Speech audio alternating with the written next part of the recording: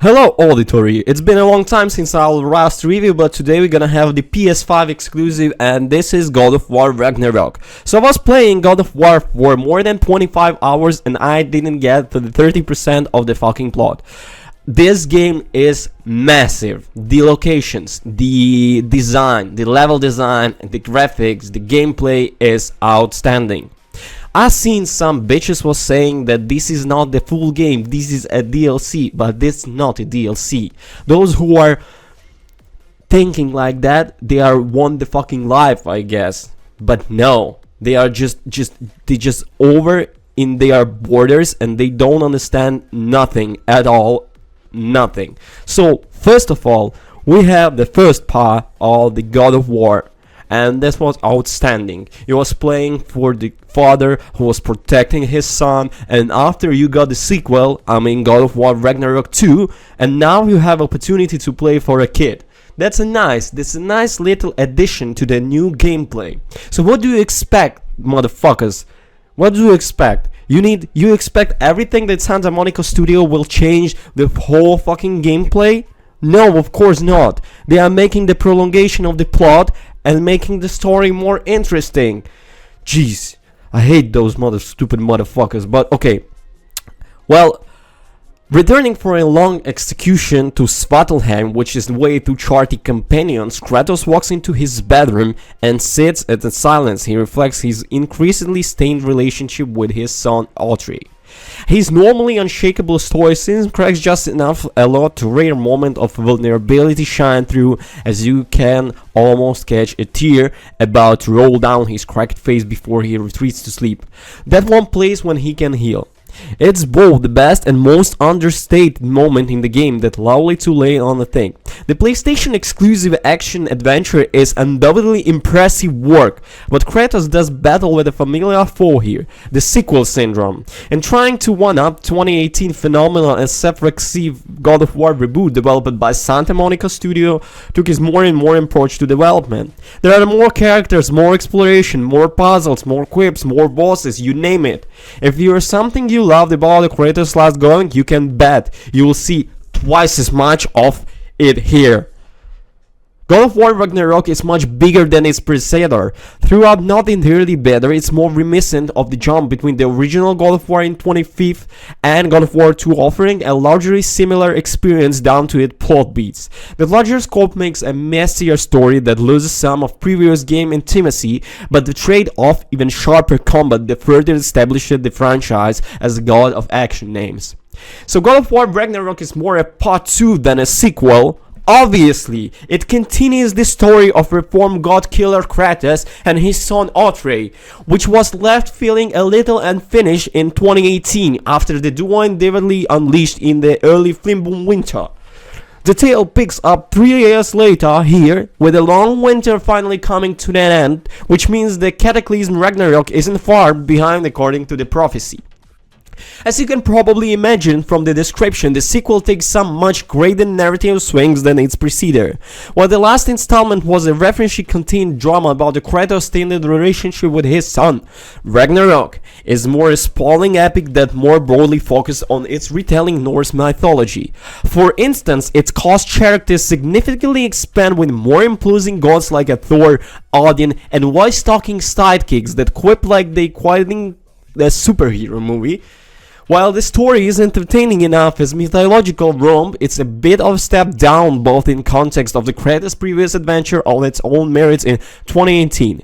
God of War was a groundbreaking moment for the video game narratives it launches largely because the game is conversation without its past. It re-examined the hyper-violent series and deftly spun into the moving story about grieving father who desperate to make sure his child doesn't inherit its mistakes. It's an innate game that keeps the focus on a handful of well-developed characters. Ragnarok follows up on those ideas, albeit it's much less focused on the introspective mana, potentially throughout takeaways about parenting complete for the time with vague musings about the nature of war and teenage troopers. There's little room for a subtly as shoddy characters trying to bring down their entire emotional state on one another to fill every moment of silence during the exploration. The general pacing suffers from the scope increase increased too with the expanded quest, creating more narrative side diversions that can interrupt the core story for hours at the time. It feels like less of the game and more a TV show blueprint. If Sony anticipated that they probably would need more characters if you wanted to turn it into the multimedia juggernaut like The Last of Us. Unsurprisingly, the story in its best when it quiets down to focus on Kratos and Atreus' relationship. Amid all apocalyptic noise, there is a beautiful story here about the father learning to trust his son and cherish the time he has left with him before he's whisked away by adulthood. Series veteran Christopher Judge sells those tender moments with a tremendous performance as Kratos, playing the most vulnerable version of character we haven't seen to this date. There is a touching moment that sticks with me as I reflect the messy adventure during the trip to Valheim. The animal-loving Atreus insists that Kratos stopped to free a jellyfish imprisoned in the sand. The two travelers took a long dungeon working together to get creature out. At the end, Atreus wonders why the Kratos would halt his worth-saving quest for a necessary rescue mission. The answer is simpler than Atreus thinks. Kratos just wanted to spend as much time as he can with son, with time they have left together, come death or cataclysm. By the end of my journey, I wish I could have more of these moments with them too. So this is a big philosophical game. Okay. The big change here is increased emphasis on elemental attacks. Holding the triangle button frees Kratos' axe while rapidly pressing it set blazes on the fire. Both give Kratos access to even more attacks, rendering out his already impressive moveset via skill tree. There is much better incentive to actually use the attacks too. Perform them enough times and players can be add modifier to an individual mode, boosting its damage, stun and more. This adds a new layer of customization to the mix that lets players personalize an otherwise straightforward set of moves. The system goes hand in hand with the RPG framework introduced in 2018, which remains a little hit and miss here. Stats increase still feel negligible, making the numbers go up. Equipment chase feel more trying than satisfying. However, geo perks shine more this time. By the end of the game, I was wearing a clothing that would allow me to heal by finishing enemies like Doom and freeze time with the rolls like the Bayonetta. I especially appreciate that Ragnarok gives me more opportunities to build mine to the test. In the previous game, the only true skill check came from blasting through the Valkyrie fights that drew Dark Souls companions. A variant of this returned here, but the more memorable monsters beyond that, which pushed me to utilize every tool in my arsenal.